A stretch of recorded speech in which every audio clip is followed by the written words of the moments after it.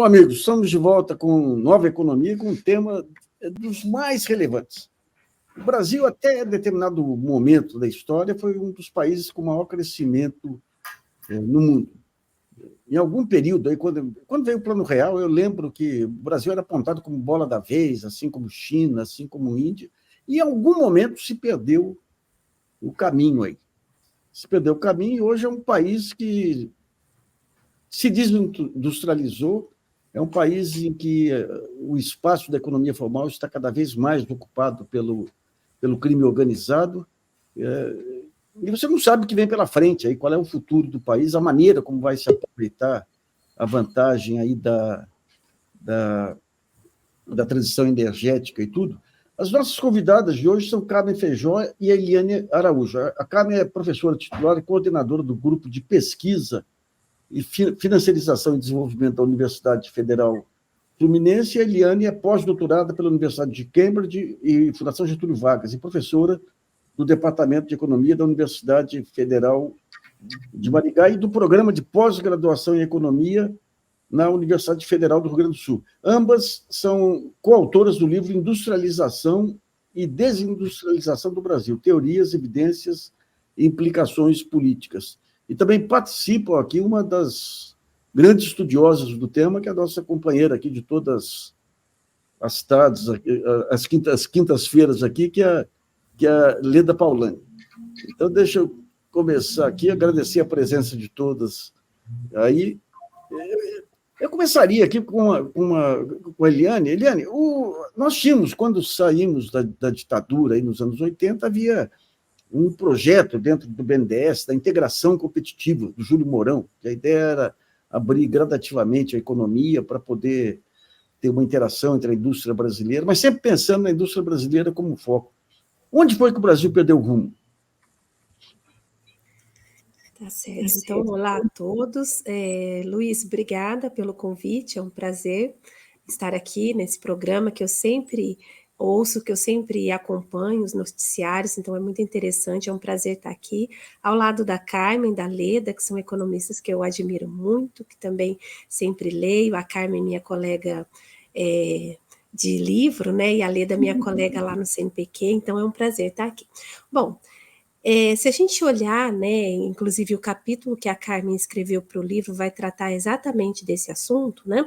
Se a gente fizer um gráfico para tentar entender o percentual da indústria em termos proporcionais ao PIB, né? Qual que é a participação da indústria no PIB, até os anos 80, esse é um gráfico crescente, ou seja, o Brasil foi aumentando a sua participação da indústria no PIB.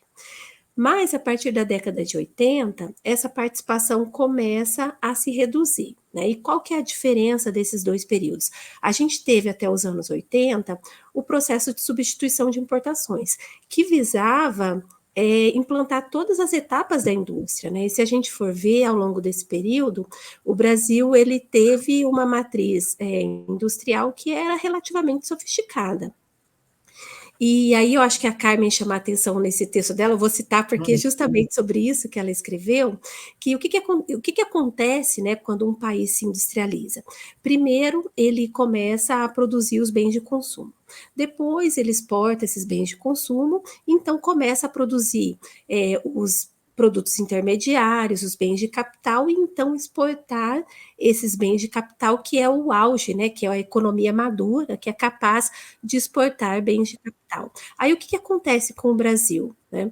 A gente tem esse processo de industrialização, mas que a economia ela começa a se desindustrializar antes de atingir esse nível de maturidade. E aí esse é o problema, né? Então a gente tem, a partir da década de 80, que a política econômica ela passa a focar em outros interesses, sobretudo o que a gente tem é o foco no controle da inflação, né? E aí se a gente pegar, a gente que é da academia, né, os artigos acadêmicos desse período, o foco é inflação. A gente não tem mais aquela preocupação com outras políticas, né? Grande parte de tudo que era feito era sobre a inflação. Então, a gente tem o abandono dessas políticas industriais, o abandono desse modelo de substituição de importações, e a gente começa a entrar num processo de desindustrialização, mesmo antes da economia atingir esse auge da maturidade, né? E aí, o que a gente tem, o que a gente chama no livro, né, é a existência de uma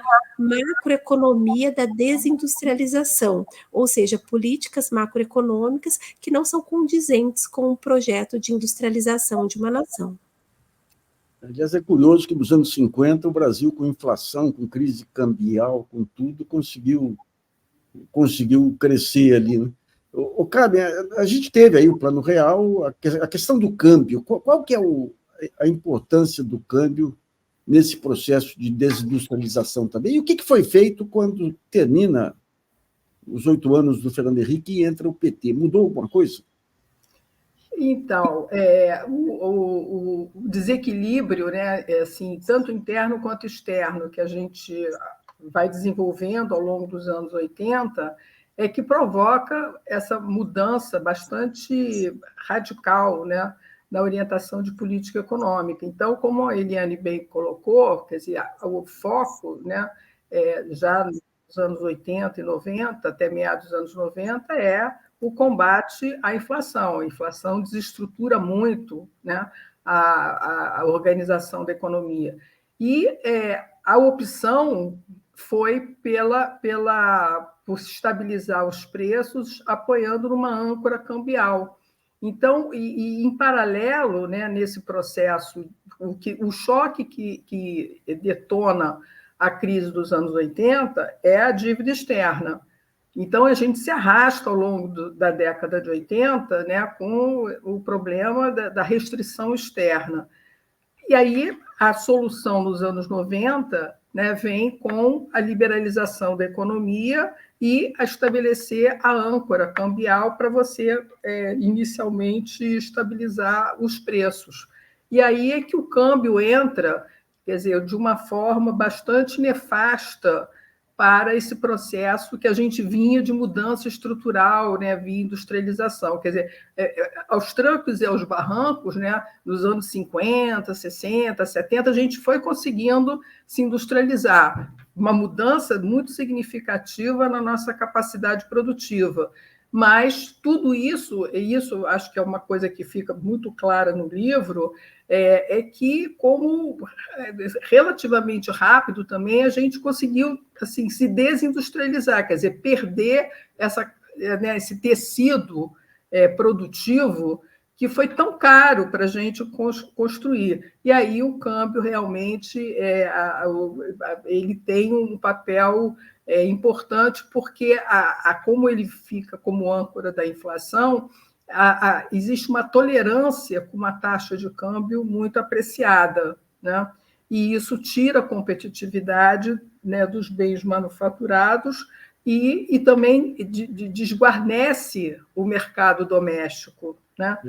Então, a nossa substituição de importação é ao contrário, quer dizer, a gente passa a consumir o importado e deixa de consumir o doméstico, porque realmente fica mais caro, né, e a qualidade é pior, enfim. Então, a gente faz a política ao contrário, né?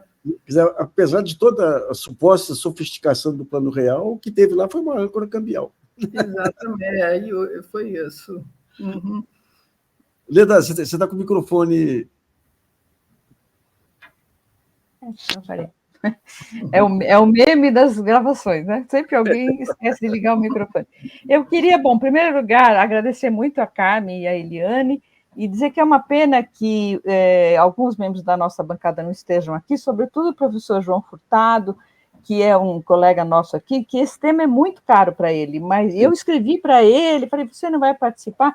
E ele está com sintomas de dengue desde ontem, então ele não... É uma pena que ele não esteja aqui, lamentei muito a ausência dele, dos demais também, mas sobretudo dele que tem isso como foco. Queria, em segundo lugar, mostrar o livro que está aqui, ó, é este livro, né, Industrialização e Desindustrialização no Brasil, que é muito interessante, é uma coletânea muito alentada, né, de artigos sobre esse tema, tanto artigos mais gerais, como o primeiro artigo da coletânea, né, que é da Eliane, com mais uma coautora, quanto outros, né, mais específicos de determinados temas e setores, etc. Mas eu acho que é um agrupamento de reflexões aí que estava fazendo falta, né? É diferente a gente ver tudo isso no conjunto, assim, né? Assim como o livro da financiarização que nós discutimos aqui num outro programa, a mesma coisa, né? Quando você põe tudo junto, você fala, nossa, né? E eu queria primeiro fazer uma observação e segundo uma pergunta para a Eliane e para a Carmen.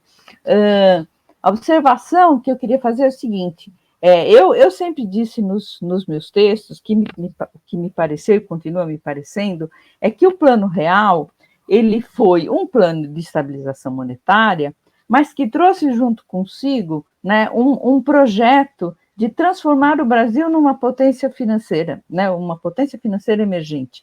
E a ideia era que, com isso, né, a gente sairia fora das agruras que as contas externas sempre nos impuseram, né? Sempre os nossos gargalos, os nossos piores momentos, assim como também, de acordo com alguns autores, as nossas maiores oportunidades vieram das restrições externas, né?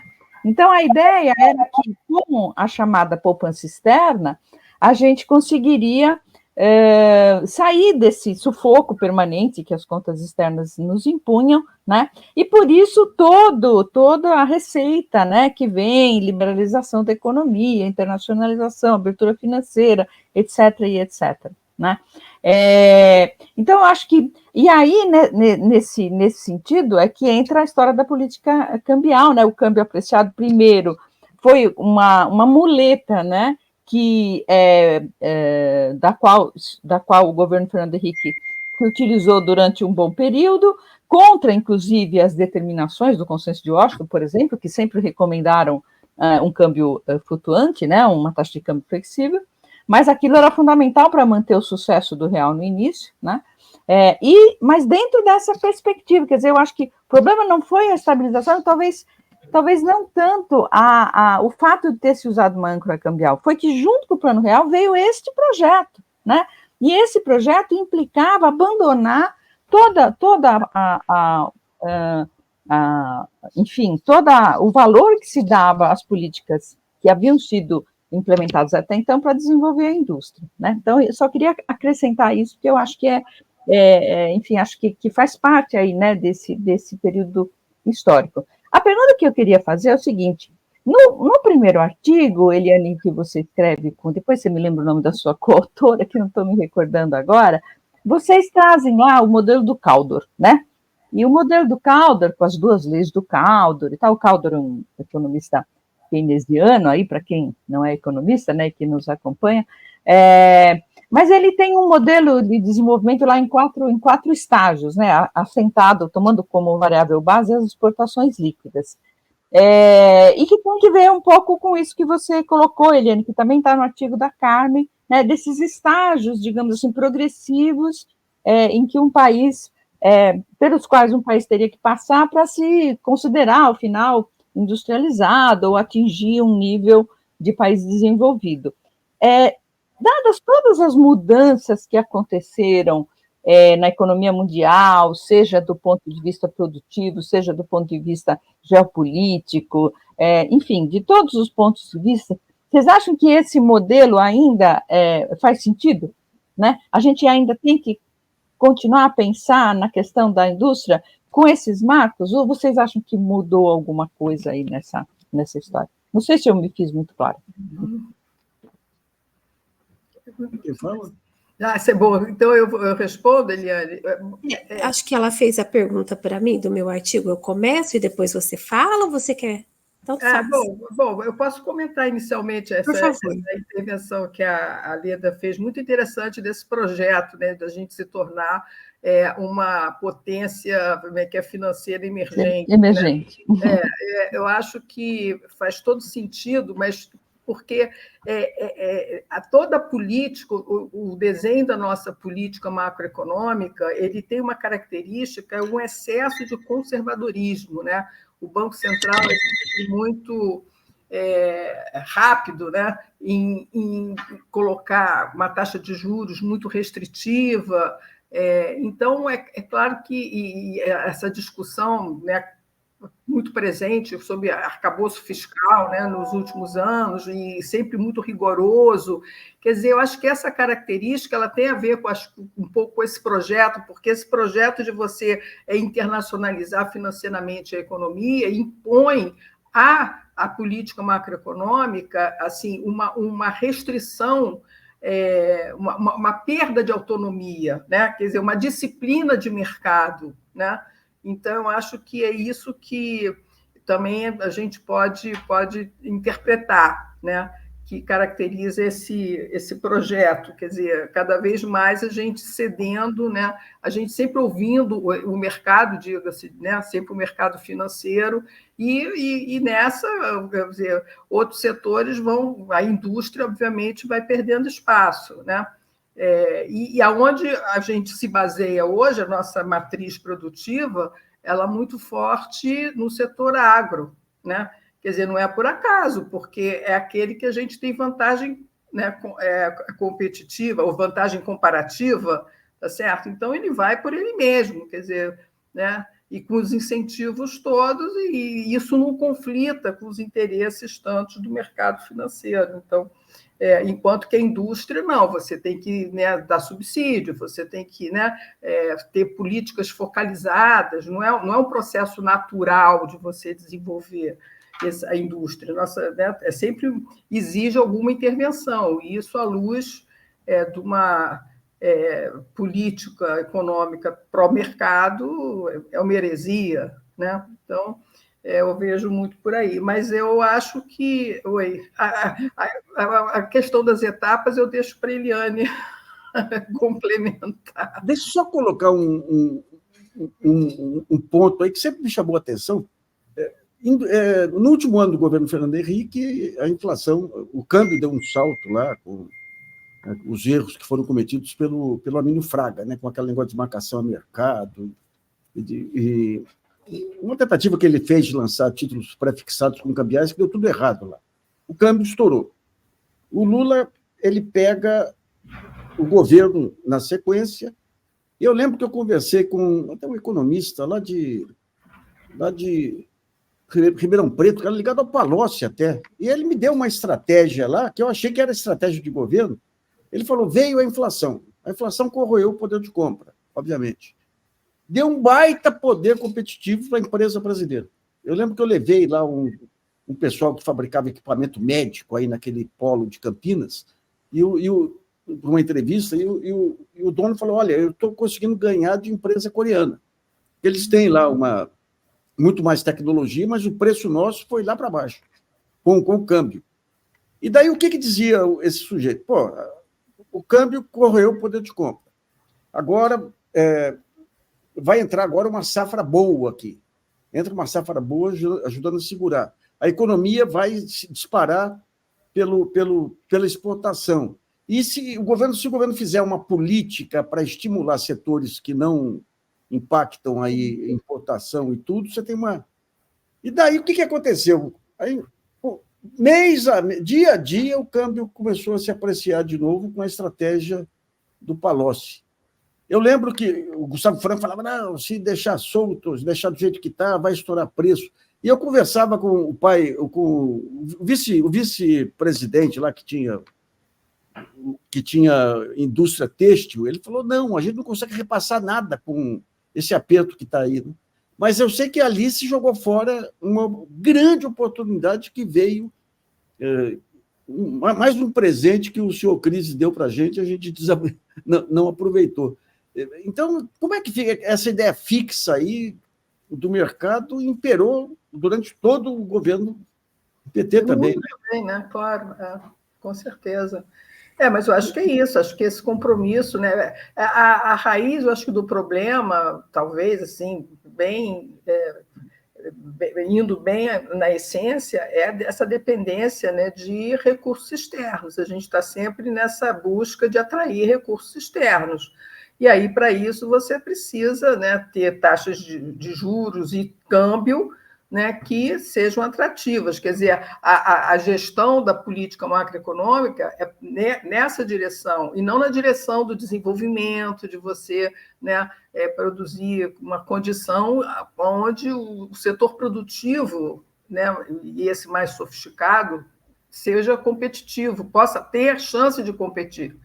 Realmente, ele não tem chance de competir com taxas de juros tão altas, reais, e taxas de câmbio tendencialmente, né, apreciado, porque você tem essa liberdade de capitais, né? Mas isso faz parte, acho que, desse projeto dessa lebre que a Leda trouxe, né? Eliane, a bola é sua, que eu acabei de ter fugido. Não, respondendo a primeira parte da pergunta da Leda e também tentando responder, né, o seu comentário, qual que é a questão, né? O câmbio, ele influencia o preço dos produtos que a gente vende lá fora. Então, quando a taxa de câmbio está desvalorizada, os nossos produtos, eles entram mais barato nos outros países. Um câmbio apreciado, o contrário, né? E aí, quando você disse, olha, naquele momento o Brasil teve uma oportunidade, o que aconteceu de lá para cá, né? Como a gente teve uma tendência à apreciação cambial, isso aumentou muito o componente importado da produção. Então, as empresas, elas precisavam também de um câmbio valorizado para comprar esse componente importado mais barato. E esse é um fator muito importante que contribuiu para o processo de desindustrialização, porque o câmbio apreciado, ele não estimula as nossas exportações, ao contrário, né? Ele estimula esse aumento do componente importado da nossa produção. E aí, nesse momento agora que a gente tem um câmbio desvalorizado, por que a indústria não responde? Porque o que sobrou dela talvez seja até insensível ao câmbio, que é, por exemplo, aquela indústria mais intensiva em recursos naturais, que ela tem vantagem apesar do câmbio, porque aquela indústria mais sofisticada, mais tecnológica, ela foi se perdendo ao longo do tempo. Maquiadoras. Então, oi? Viraram maquiadoras. Ah, sim, com certeza. Inclusive menos sofisticadas que as mexicanas, né? E aí, indo para a segunda parte da pergunta da Leda, né, e eu agradeço você por ter chamado a atenção para esse ponto, no livro a gente trata 3 aspectos, né, um aspecto teórico, um aspecto histórico e um aspecto empírico desse processo de desindustrialização.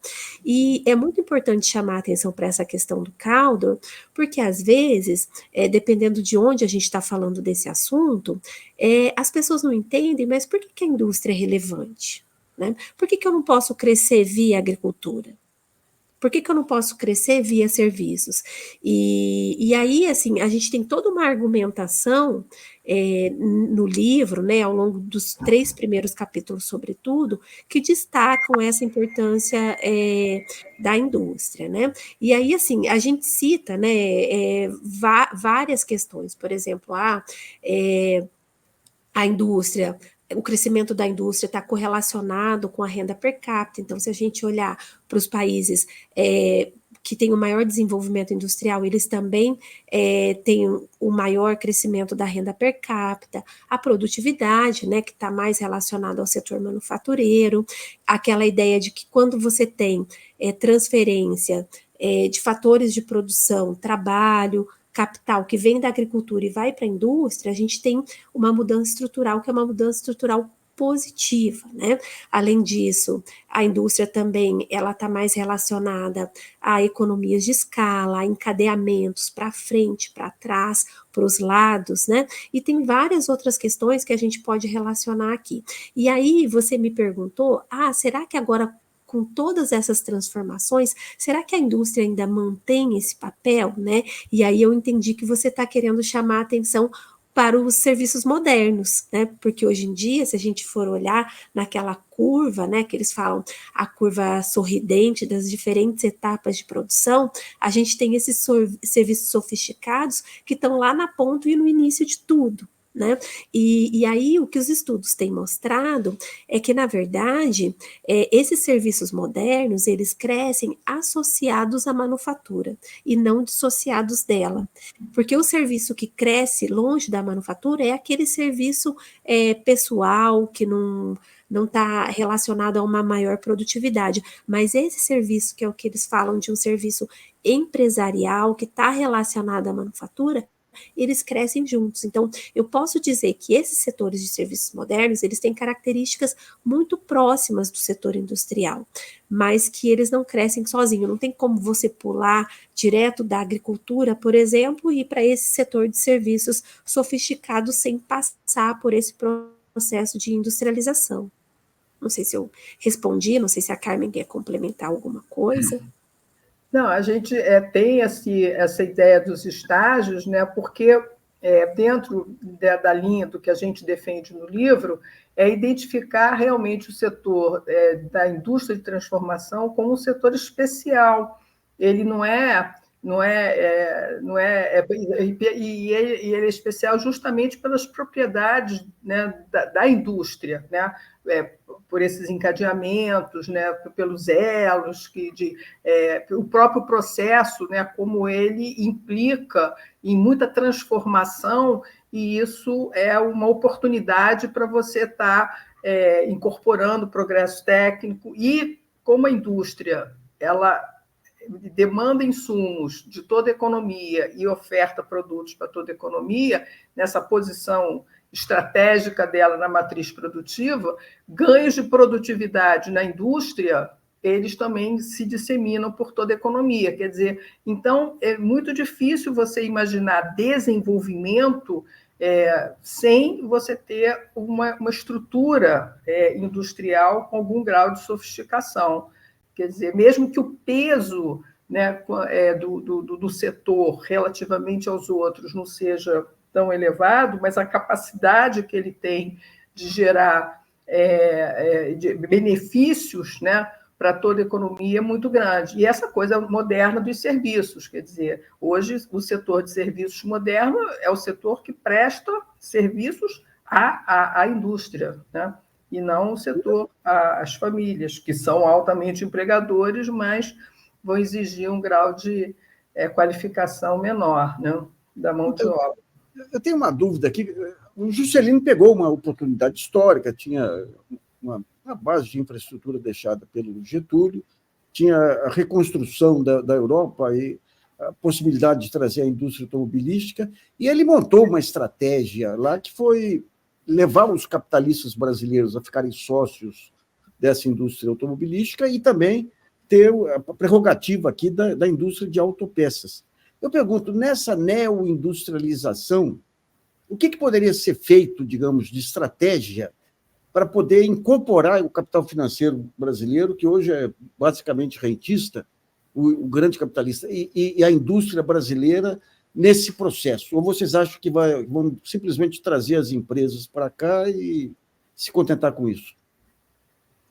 Bom, depende da vontade política, eu acredito nisso. Quer dizer, você tem que ter uma intencionalidade, né, com essa ideia de reindustrializar o país, né? Então, nesse sentido, a proposta da política industrial ela é muito bem-vinda. Agora, qual o espaço, de fato, né, fiscal que você vai ter para conduzir isso é que fica uma grande dúvida, mas a iniciativa...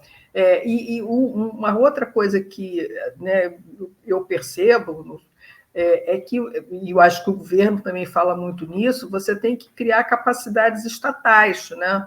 Então, você também tem que capacitar o Estado, né, para a implementação de uma política com esse olhar, né, de você transformar a sua estrutura produtiva e a partir do que você tem hoje, quer dizer, que explorar recursos naturais. Agora, no momento também, numa janela de oportunidade, né, internacional, que é a transição energética dos países desenvolvidos. Quer dizer, é muito importante que a gente se prepare para se colocar bem, né, nessa troca, nesse debate.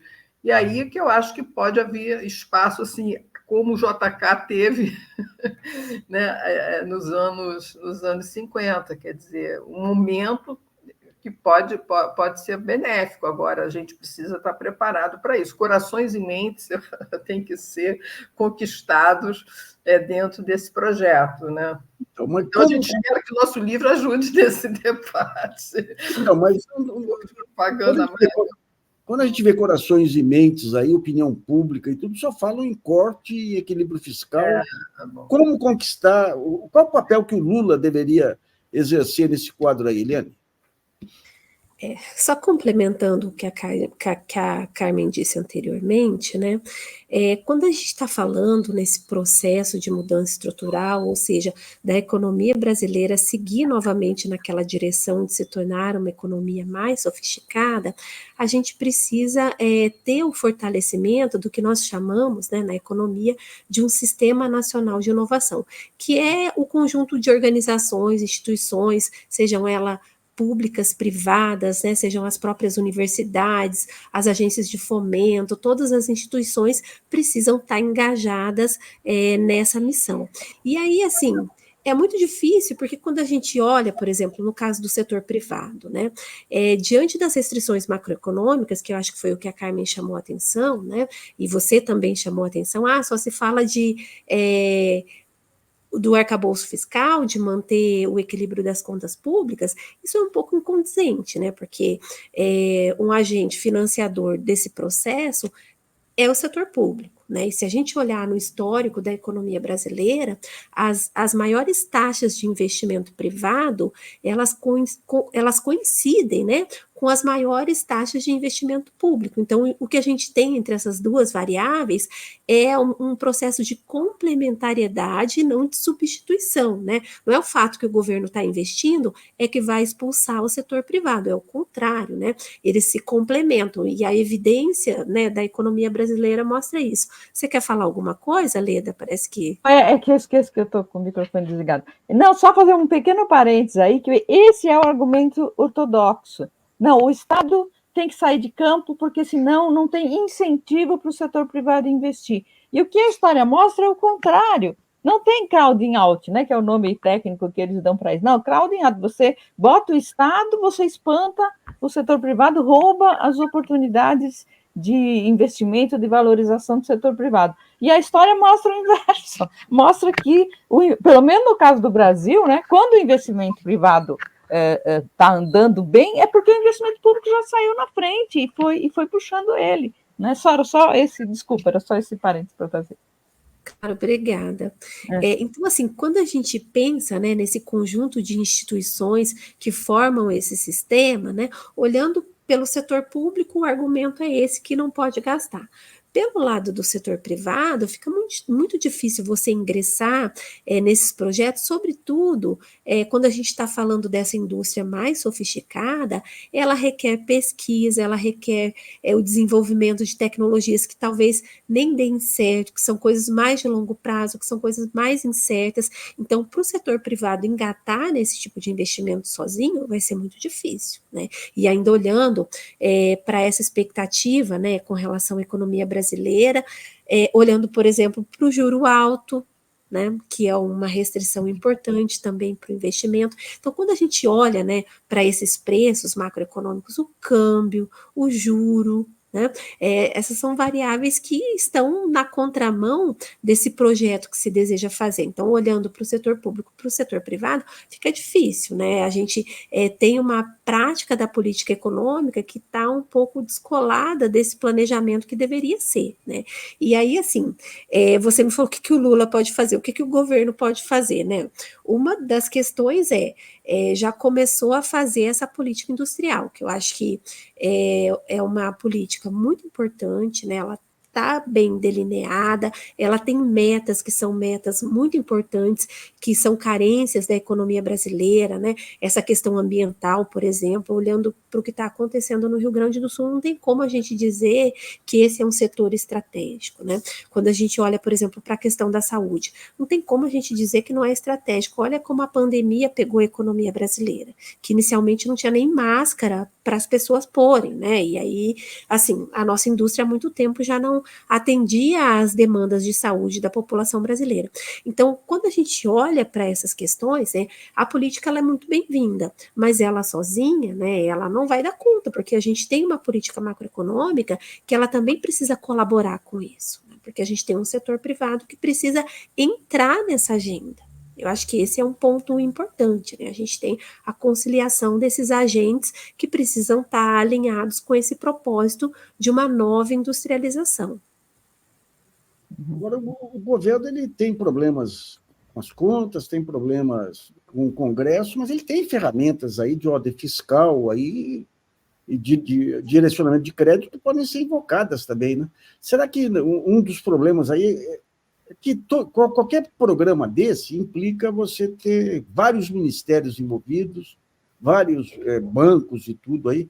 Será que o fato de não ter um grupo de trabalho coordenando isso não dificulta muito você ter uma ação integrada e eficiente? Bom, acho que o Conselho de Desenvolvimento, né, Industrial, ele tenta fazer isso, né? Agora, uma outra peça também importante nessa construção dessa política industrial, acho que é a Petrobras, né? Porque, quer dizer, seria melhor se tivéssemos mais empresas estatais, né? Mas isso é outra capacidade né, que o Estado foi perdendo de fazer políticas intervencionistas, né? Mas a Petrobras ela é importante e eu acho que ela está bem comprometida, né? Me parece, com essa problemática do desenvolvimento industrial e da descarbonização, quer dizer, de uma política, né, de energia. Então, não só a extração, mas ela também começar a investir. Eu acho que é o futuro, né? Você transformar essas indústrias poluentes, né, elas terem de investir também na mitigação da questão ambiental, né? Então, na realidade, a gente tem muitas oportunidades também, porque a gente tem que fazer essa transição, né? Quer dizer, então, é como trabalhar isso, né? Eu lamentei o professor Furtado não estar aqui, João Furtado, porque ele vem insistindo, já falou isso em alguns programas, né, que parece que tem uma descoordenação com relação a essa questão dentro do governo. Então, você tem iniciativas que deveriam estar trabalhando coordenadamente e elas estão pulverizadas em ministérios que muitas vezes estão guerreando um com o outro, intestinamente, né? Então, você tem, por exemplo, o PAC na mão do Rui Costa, está lá, atrelado a, né, Casa Civil, etc. Você tem o Alckmin com a nova política, a nova Indústria Brasil, né, a política industrial, estrito senso, e tem o pessoal da Fazenda, né, o ministro Fernando Haddad já várias vezes mencionou isso, trabalhando num projeto de transição ecológica. Ora, essas coisas tinham que estar todas juntas, né, combinadas. O professor João Furtado já algumas vezes mencionou isso, e com toda razão, né? Eu acho que é isso um pouco que Nassif está também preocupado, né? A gente, por isso, quer dizer, se houvesse um grupo de estudos, alguma coisa que dissesse, olha, a nossa política é industrial, sim, com investimento produtivo alavancando, mas com a finalidade de fazer a transição ecológica primordialmente, né? E aí vamos tomar tais e tais iniciativas e atitudes. Acho que, sei lá, teria um impacto maior, inclusive do ponto de vista da conquista aí, né, dos corações e mentes para um projeto como esse, né? Mas Leda, uma coisa que chamou muita atenção foi quando nós trouxemos o pessoal de saúde. O Complexo Industrial da Saúde é um dos mais promissores aí. Sim. Ele falou, poxa, tem uma meta de produzir 70% dos medicamentos no Brasil, mas a Anvisa ela tem emperrado lá, atolado lá, projetos para serem aprovados que equivale a 17 bilhões de reais de faturamento por ano. E por que está emperrado lá? Porque desde 2013 não tem concurso e ela não tem pessoal. Então, quem vai resolver? Não é o Alckmin, que é da Indústria e Comércio, não é nem a ministra da Saúde. É claro. É o presidente da República. Por isso, a importância, digamos, de um grupo de trabalho respondendo diretamente ao presidente, né? Uhum. Então, digamos, essa anomia aí que assusta um pouquinho e impede o que a Leda colocou aí, de você ter um discurso que realmente conquistar corações e dentes, né? E é gozado, o Juscelino, quando montou o plano de metas lá, aqueles grupos de trabalho lá, você não tinha tradição em gestão no Brasil. O Inácio Rangel teve que se virar lá, o BNDES tinha... Você tinha o Sidney, esqueci o nome agora, o latino, que era um gestor, mas você não tinha nem gestor. Hoje você tem abundância de gestor, você tem visão financeira, você tem, e não consegue juntar tudo para dar eficácia a esse programa, né? Então, isso aí a gente fica um pouquinho desanimado aí, digamos com o país, né? Não, mas só o próprio lançamento foi meio desanimador, né? Porque a gente teve lá o lançamento que foi feito pelo Alckmin, nem o Haddad estava, aquela confusão que não sabia como que ia fazer. Então, o próprio lançamento já deu para perceber que o governo não está entrosado. O Lula soube na véspera lá, porque o Rui Costa não informou. Foi o Lula que percebeu que não tinha metas. E segundo consta, o Lula ligou para o Fernando para saber. Isso o Fernando falou. Ele falou, olha, tampouco estou sabendo. Quer dizer, é inacreditável, né?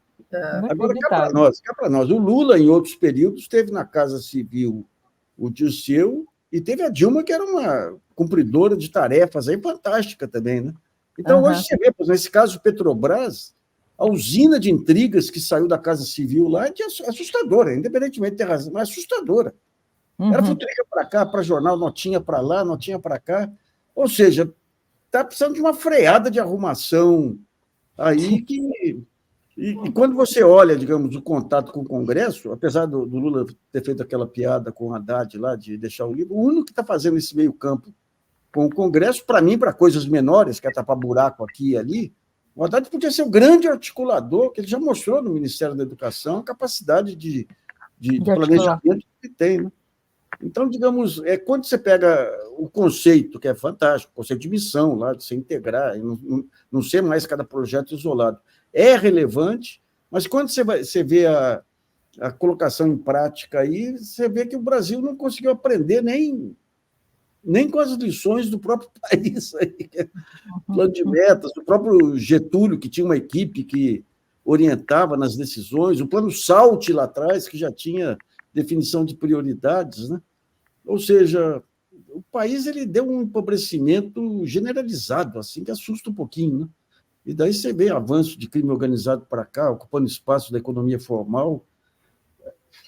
São coisas... Vai lá, cara. Não, mas eu acho que volta, acho que a questão inicial que a Leda tinha colocado, né? Um problema de você ter um projeto, né, de financiarização da economia. Então, hoje o que predomina são os interesses financeiros, quer dizer, e foram eficientes, né, nesse trabalho de você ir cerceando o Estado, né? Quer dizer, não há dúvida que o Estado tem muitas ferramentas, a política econômica pode muito, mas está tudo muito amarrado, né? E a própria interpretação, quer dizer, o lançamento da política industrial, imediatamente após, a imprensa toda, quer dizer, uma parte, pelo menos, né, veio, não, reeditar o passado, aquela indústria atrasada, não querem entender nada. Claro que ninguém vai falar em reindustrialização e recuperar o atraso. Você vê a questão da indústria naval. O que é uma indústria nascente? Que o Brasil já teve uma grande indústria naval, perdeu. O que é uma indústria nascente? Você começa, faz as encomendas, e você tem um ritmo de aprendizado. Então, no começo, você pode vender até tantos % abaixo do preço internacional e vai caminhando. E o Brasil estava caminhando. A gente fez um seminário uma vez aqui, o pessoal do Sindicato da Indústria Naval trouxe os estudos que eles faziam. Você estava no processo que já tinha alguns estaleiros com um padrão quase chegando no estado da arte, né? Daí é interrompido pela Lava Jato, pelo governo Temer e tudo, e hoje é apresentado como um modelo de fracasso. Não foi o projeto, foi interrompido o projeto, né? Foi atropelado, né? Foi atropelado. E daí, quando você vê a discussão pública hoje, é que falta a grande explosão, digamos, de uma bandeira brandida pelo presidente da República. Você não vê um presidente da República com vontade. Daí assusta um pouco. Então, eu fiz aquela pergunta sobre os estágios do Caldor e tal, justamente para tocar nesse ponto que a Eliane entendeu perfeitamente e tocou, a coisa dos serviços, né? Porque um dos argumentos que se levanta, né, contra qualquer iniciativa que se direcione para a política industrial, seja investimento público, seja essa nova Indústria Brasil, seja, enfim, essa discussão da transição, etc., imediatamente o pensamento conservador e mais ortodoxo diz: não, isso aí é coisa velha, porque a indústria já não é mais o centro da economia capitalista, já passou para os serviços há muito tempo, vocês que estão décadas atrasados. É esse o argumento que a gente escuta, né? Que esse negócio de ficar pensando em indústria, achando que a indústria continua a ser a cereja do bolo, é coisa de gente velha, é coisa de gente que não entendeu que o mundo mudou, que a economia mudou. Então, por isso que eu fiz, foi bem direcionado, eu fiz aquela pergunta. Eliane captou certinho, era isso que eu estava. Então, quer dizer, na realidade, um livro como esse que a gente está discutindo aqui, o que vai mostrar é que, por mais que essas transformações tenham ocorrido, e é evidente que os serviços tendem a ganhar espaço no PIB, mas isso não quer dizer que eles sejam o setor mais dinâmico ou que vai trazer mais aumento de renda per capita, etc., produtividade ou bons empregos, né? Então, o que esse livro está mostrando é que, não, a indústria continua a ser fundamental, ela continua a ser o setor mais importante para fazer o país se desenvolver, se a gente quiser pensar desenvolvimento, né, como tendo uma base de renda per capita crescente, evidentemente, porque nós estamos ainda nem na média, né, mundial, estamos ainda um pouquinho abaixo da média mundial, e a transformação disso, evidente que daí entra políticas distributivas e tudo mais, né, numa melhora do bem-estar geral dos brasileiros, né. Então é isso, quer dizer, essa importância da indústria que o livro acho que traz, né? Agora tem um trunfo importante que foi já abordado, não sei se foi pela Carmen Pelaniani, que é o Sistema Nacional de Inovação e tudo aí. Recentemente, o Globo entrevistou o presidente da Intel. Ele falou: não consigo entender o Brasil. Tem quantidade e qualidade de engenheiros aí nessa área de informática que não tem uma empresa. Que a Índia tem e faz as empresas. Ou seja, você tem um conjunto de trunfos relevantes. Você tem, por exemplo, essas estruturas nacionais aí de federações de indústria, SESI, Sistema SESI, SENAI, SEBRAE, Correios, movimentos sociais, MST, associações comerciais, que são estruturas de abrangência nacional, que se houvesse, digamos, uma articulação entre elas, poderia gerar um conjunto de externalidades aí muito, muito significativas, né? E o Brasil, o único setor que se percebe que tem isso, além das federações e tudo, são os movimentos sociais que conseguem se organizar. Ou seja, falta também um maestro aí que entenda todas essas articulações e possa... Por exemplo, você teve nos anos 90 os arranjos produtivos locais. Hoje, o comércio está nas grandes plataformas digitais. É fundamental para o pequeno empresário poder se organizar para poder fornecer produtos e negociar com essas plataformas. Com internet, com tudo, você pode montar plataformas digitais, que não precisa ser empresas de um mesmo local. E você tem todas as ferramentas para fazer isso. Mas daí eu pergunto, você tem um vácuo político aí que, obviamente, do lado da direita, do lado...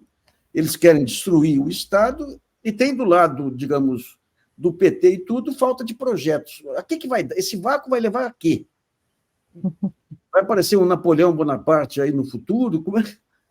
Dá um desânimo danado aí, sabe? Nassif, você falou do presidente da Intel, né, que disse que não entende o Brasil. Eu vou trazer mais 2 casos aqui que vão no mesmo sentido, né? Isso lá nos anos 90, quando estava se privatizando a Vale do Rio Doce, o presidente mundial da Iberdrola, que era um grande conglomerado, que, se não me engano, incluía a Telefônica, que foi a que ganhou a privatização da Telesp, né, na privatização das teles e tal, ele disse assim, que não entendia por que um país como o Brasil, né, privatizava empresas eficientes, absurdamente lucrativas, e de setores estratégicos, como de recursos naturais. Ele falou isso lá nos anos 90, cara, quer dizer, olha, vocês são burros, vocês não entendem o que vocês estão fazendo, né? E agora, recentemente, né, isso até eu coloquei nos meus últimos artigos, aquela economista indiana que esteve, acho que é Jayati Ghosh, ela disse que o Brasil era um país masoquista, porque sem ter dívida externa, tendo uma relação dívida-PIB baixa, né, se impõe uma austeridade fiscal e uma taxa de juros absurda comparada com a situação de outros países do mundo. Então, como ela não entendia de jeito nenhum, ela acreditou um caráter masoquista do país. Então, Leda, quando veio a privatização da Telesp, hoje o pessoal fala, não, só tem telefone celular, isso, aquilo, porque veio a Vivo. Quando teve a privatização, eu tinha muito contato com o pessoal da Telesp e da Vivo. Os técnicos brasileiros, que já tinham começado com a telefonia celular, tinham mais conhecimento que os espanhóis. É claro. Eu fui uma vez num evento no Santander, o Miguel Jorge, que era do Santander, convidou para um evento lá na Espanha, porque a imprensa espanhola caindo, matando em cima das multinacionais ou das estatais espanholas, porque estavam... o dinheiro das velhinhas aposentadas estavam correndo risco, vindo para países da América Latina e tudo. Ou seja, você tinha essa mesma pressão lá. E a gente falava, gente, se não vier a Telefônica aqui para o Brasil, vai ser engolido pela estatal alemã. Ou seja, lá você teve o mesmo discurso de financiarização da mídia aqui, tinha lá. Mas você tinha pessoas, estadistas no âmbito das empresas e das próprias estatais que deram um empurrão. Hoje tem o maior faturamento do Santander é aqui, o maior faturamento da Telefônica é aqui. O Brasil perdeu até aquela central telefônica, pequena central telefônica que tinha sido desenvolvida aqui pela Telebrás, o Brasil perdeu. Nossa, eu acho que infelizmente, quando a história lá na frente for recontada, o que veio da redemocratização, que foi o PSDB e PT, o balanço não vai ser favorável, não. E quando você vê os nossos políticos hoje em Câmara, Congresso, a única saída vai ser lá na frente uma mão forte aí, porque a democracia brasileira eu acho que falhou, infelizmente, rotundamente. Eu só espero que seja um 10º para esclarecido aí. Pessoal, desculpe o pessimismo aí, mas eu queria agradecer muito a Carmen. A Eliane, quer falar, Eliane? Não, só queria falar que a gente pode ter um certo otimismo, né? Porque se a gente comparar o Brasil com outros países da América Latina, por exemplo, a gente tem coisas que eles não têm. O BNDES é um exemplo positivo, né? Que acho que é um agente importante desse Sistema Nacional de Inovações. Além disso, todo esse sistema que você mencionou, as universidades, né? Então, acho que a gente pode também ter uma dose de otimismo que a gente não vai começar do zero, né? Embora a gente esteja muito ruim. E eu acho que o livro traz também insights sobre essas questões, sobre o papel do BNDES, sobre as janelas de oportunidade para a economia brasileira. Então, a gente pode terminar um pouquinho mais otimista. Tem toda razão. A gente tem todos os instrumentistas aí para uma grande orquestra. Falta só o maestro. Falta o maestro, isso aí. Queria agradecer muito a Carmen, a Eliane e a Leda. Ficamos por aqui. Um grande abraço aí, sucesso no livro aí. Tá, obrigada. Obrigada, um abraço a todos. Obrigada. Foi ótimo, viu? Obrigada, Leda, Luiz Nassif, um prazer. Obrigada, foi um prazer estar com vocês. Tchau. Tchau.